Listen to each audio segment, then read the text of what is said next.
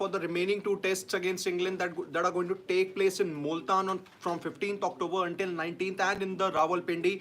Well, as expected, and reports have confirmed to be true here, that Babar Azam, Shaheen Afridi and Naseem Shah, three of their most experienced players, have been dropped from the remaining two tests, and in their place Pakistan have named replacements in Hasibullah, who is actually going to be one of their keeper batters, a backup for Mohammad Rizwan. Then obviously there is Noman Ali. He has made a comeback into the squad in place of Abrar Ahmed, who is still ill. He missed majority of the first test after he was diagnosed with high fever and was also hospitalized because of it. And there's Sajid Khan, this another off spinner who has made a comeback. And there is Zahid Mahmood, who is a pace bowler. Well, Pakistan, when you look at it, one test match loss and they make 10 changes. That is the situation that is happening at this point in time. But it was bound to happen when you look at it, because Babar Azam at this point, and we'll just change the thing a bit because absolutely. of the light that's there. So what? That's perfect, yeah. No, wait a minute. So what has happened at this point in time is that Babar Azam averages 20.7. Yeah. 20.7 in the last 18 months when you look at it. Ever since And about 20 innings wherein he has gone about without a first 50 plus score. Yeah, so that is the situation that is currently enveloping. Now, Zahid Mahmood, when you have to look at it, right? Zahid Mahmood is actually a leg spinner. Okay. Who has played only about 2 tests and took a 6-wicket haul. Yeah. Now, at that particular point in time, most of the squad members, I just cannot make sense of who has come in and how many test matches have they played. Because look at it. Shan Masood remains as the captain. Saud Shakil is the vice captain. Yeah. Amir Jamal was one of the pace bowlers who did well in that particular saying. Yeah. And Zahid took, so he took a fifer in the Champions Cup that happened. Yes. Thanks to our team for the inputs for that. Amir Jamal, Abdullah Shafiq, Hasibullah is your backup keeper. Because if you look at it, there were many reports in the Pakistani media that were stating maybe Sarfaraz could come in, but that has not happened. So that is why Sarfaraz is not in, and that is why you got Hasibullah, Kamran Ghulam is in, Mehran Mumtaz is in, Mir Hamza, Muhammad Ali, Muhammad Huraira. Remember, Huraira tried to take that catch. He was on the substitute fielders when Abrar was not in. Norman Ali, Sajid Khan. Now, these are the two spinners. Norman Ali, a left-arm orthodox spinner. Sajid Khan is your off spinner who did well in one of the test matches in Bangladesh. Yes. He took an 8-wicket haul, if I'm not mistaken, there. So, it is a really big situation as what has developed. And Zahid Mahmood is coming back to that same, if you have to look at that setup, wherein he got badly thrashed by England in the previous specifically baseball tournament. So, but are Pakistan punishing him, or are they wanting to give him a comeback? That I don't know. But I think more than any of the newcomers or the comebacks that Pakistan have had, I think the point of discussion revolves around the dropping of Babar Azam, Naseem Shah and Shaheen Afridi. Well, in one of the previous dugouts, I had predicted that Pakistan should actually, drop Babar Azam, Shaheen and Naseem Shah, because if one of the reasons why Pakistan have failed to win a test at home in more than 3.5 years now, it has been the poor performance of their senior players. And if the senior players aren't really going to step up, then they are the ones who actually be shown the axe, and that's what exactly that has happened. Now, in case of newcomers, what usually happens for most of the teams, across the international arena, is that freshness does more good than harm. And will that be the case for Pakistan? Well, that remains to be seen. I mean, look at what has happened. You've dropped Naseem, you've dropped Shaheen, you've dropped Babar. Now, Babar Azam, we all felt that yes, it had to happen. It was bound to happen because of the failures that he's had. True. But you've also removed one of Pakistan's premier batters. Now, you've got that much confidence in Abdullah Shafiq, Saud Shakil, Agha Salman. Do you have that confidence in them? Maybe not. But if you look at the other instances, who's your pace bowler then in this entire bowling? Mir Hamza. Mir Hamza is there, Amir Jamal is there. So, if you have to look at the latest pitch conditions that are happening, now there is a picture that has emerged where they are using those industrial fans on the pitch to ensure that they make it even more drier at Multan. Now, they're going to play on that same used wicket that happened in the first test. True. If that is the case, maybe you're looking at playing a spin-heavy attack. Noman makes it in, Sajid Khan makes it. Makes it. Noman Ali is actually... Even Kamran Ghulam also.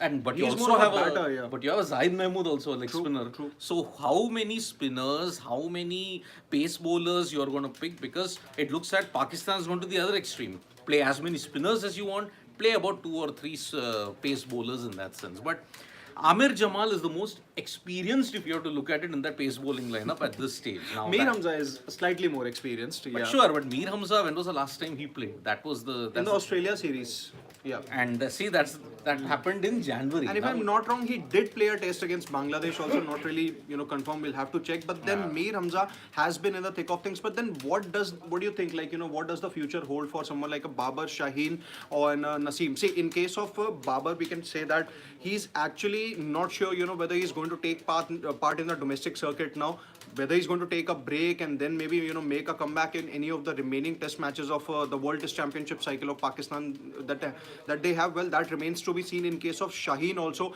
ever since then he has returned from that knee injury that plagued him during the 2022 T20 World Cup. He hasn't looked the same bowler at all, and and it was clearly proven by his performances in the ODI World Cup and also in the T20 World Cup that took place this year. In case of Naseem also, ever since he has returned from that shoulder injury that kept him out of the ODI World Cup, not the same bowler at all. But what do you think, what the future holds for three of them? see, it is very difficult. I think Babar might take a break. He might come back refresh. He might play in the domestic tournaments that are there. I think Babar can make a comeback, but you seem to be the Nostradamus at this point. Said whatever predictions you're seeing, it is coming out to be true. So I think in the case of Shaheen and Naseem, it looks difficult for them now because Shaheen is not the same bowler who was about a year back. His last good performance was, I think, Sri Lanka. Yeah. Naseem also, his last good performance was, I think, I struggle to recollect when was the last time Naseem had a very good performance in that sense. But Amir Jamal, you'll have to invest in the future. But right now, with the current situation, I will say Pakistan have lived up to their true moniker of Panikistan. So many names have been added. Is it original? Huh? Is this? I hope it's an No, original. it's not original. Siddharth Vishwanathan Taken original? from social media. It's not social media. I mean, when how many times they have collapsed, it has to be Panikistan for them. So that is why. See, Amir Jamal is your and Mir Hamza. Then Yeah. you got the spin bowlers which are experienced at this point. You got Sajid, you got Norman. Norman Ali's been dealt a raw hand in a lot of occasions because I remember he picked up a 5-wicket haul versus Sri Lanka. He did well even did, against yeah. Australia, but ever since then he was dropped. Why don't you give Norman Ali a good run when you want spin bowling? You want to at least control the flow of runs. Pakistan just bowled one maiden. Yeah. That is the worst situation that can develop for them. So one hopes on that used wicket in Multan, it might be a good decision. Many people are saying it's a good decision that you have Yeah. to drop the non-performers. But then who are the backup for those non-performers? That itself is end. With But then Pakistan, before we wrap things up, do you think that there's going to be an extra added responsibility on Mohammad Rizwan's shoulders? That would you be tempted to have another keeper and have Rizwan bat up the order maybe at 3 or 4? see, I don't know why Rizwan might be your future all formats captain for Pakistan. Yeah. But the last time it happened with Sarfaraz, it didn't end well. Okay. So when you look at it, Mohammad Rizwan has already got a lot on his plate. And he didn't do well even in the first test match Yeah, here. yeah. So if he goes up the order, I don't know how it solves Pakistan's problems. I think where he is at this point, it could be good. So I don't understand one thing as to, okay, non-performers have been dropped, but where is the backup? Are the guys who have been included got enough experience to tackle the quality opposition that is there at this point? Because anyway, even Fakhar Zaman has also tweeted at this point. It's concerning to hear suggestions about dropping Babar Azam. And it's happened now. But unfortunately, he's had to have the Virat Kohli angle in it. He said India didn't bench Virat Kohli during his rough stretch between 2020 and 2023, where he averaged 19.3, 28.21, and 26.5. If you are considering sidelining our premier batsman, arguably the best Pakistan has ever produced, it could send a deeply negative message across the team. There is still time to avoid pressing the panic button. We should focus on safeguarding our key players rather than undermining them. But just to add to Fakhar Zaman's tweet, Kohli had such a consistent run that even Babar Azam couldn't even dream of achieving in those 6 years prior to that rough patch. So that's why I say that I don't know how to interpret that tweet at this stage. So yes, Fakhar Zaman has got his reasons that Pakistan's best batter is there. But I think it was long overdue. Babar deserved to be dropped. So that's the thing there. Yeah, we'll take some comments at this point. Good decision, Priyanshu saying. What were they winning with Babar, Shaheen, Naseem? Pak should give chances to youngsters in remaining 6 matches of this WTC cycle. You may find some real talent. But he's contradicted himself by saying you may find some real talent. That is the lack of confidence is in the Pakistan setup at this point. Yep. So, Dhanush, baseball is failure as England hasn't won a test series home or away against Australia and India since 2015 and 2018. Joe Root stat padding in the last 4 years because England qualify for third consecutive WTC final. No, come on, Dhanush. You can't call Joe Root as stat padding because remember, he's one of the few visiting batters to have scored double hundreds in India, England, and Sri Lanka. Now, are you calling the quality of all the bowling opponents bad? So that's the problem. True. Austin Kuna is saying. Do you think a sprint-friendly track will favor Pakistan a bit since England have historically struggled against spin? That wasn't really the case when England toured Pakistan last time. There were quality spin spells that were delivered by Abrar Ahmed and Noman Ali, but then it wasn't really good enough to trouble England batters. In India, obviously things were completely different, but I don't think Pakistan has the quality to trouble this England batting lineup.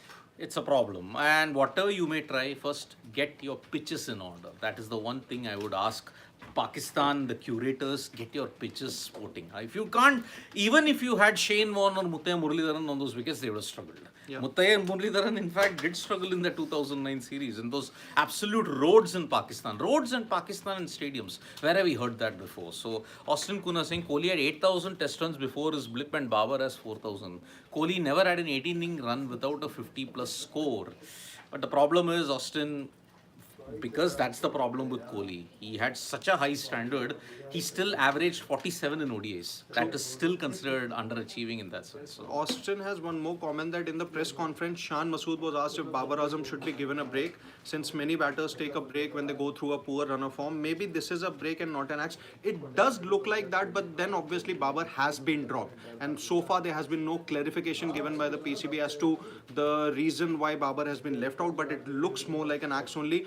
Shaheen Naseem back for South Africa? Definitely. That's going to happen because those are going to be some spicy pitches and they are more than likely going to help both the Pakistan seamers. See, the main thing now, Pakistan, they may be in last position. But they, as I mentioned, you can check out the permutations and combinations. So Pakistan are still alive.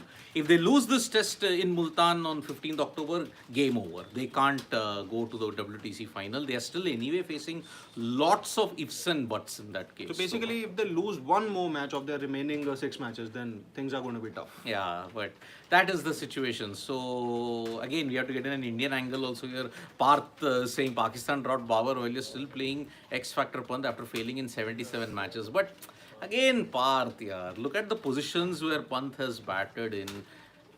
Do you honestly believe that he should average 50 and 200 strike rate in a T20 format? Yeah. I doubt for the style that he plays in. He's your greatest match winner in tests. ODIs, he's decent. T20Is, it's not anybody's thing to succeed. True. Now, all of you are saying, get Sanju in, but boss, even he can struggle. So, big issue. So, yes, huge news coming from Pakistan at this stage when they have lost 1-0. They're staring at a 3-0 whitewash yet again. Now they are facing a dodgy wicket in Multan. I don't know now how they are going to cope up. Whether they fall into their own trap, we don't know. So, no Babar Azam, no Shaheen Afridi, no Naseem Shah. It's a big fallout from the innings defeat that is there. So, that is the thing. He should have a better strike rate batting at 4-5-6 is a rubbish excuse, Parth. Parth, I know, you will never be satisfied with whatever is given. That's the thing. He's a World Cup winner. Sanju's also World Cup winner. We all can agree to disagree. We can all agree to disagree in that sense. So that is the thing.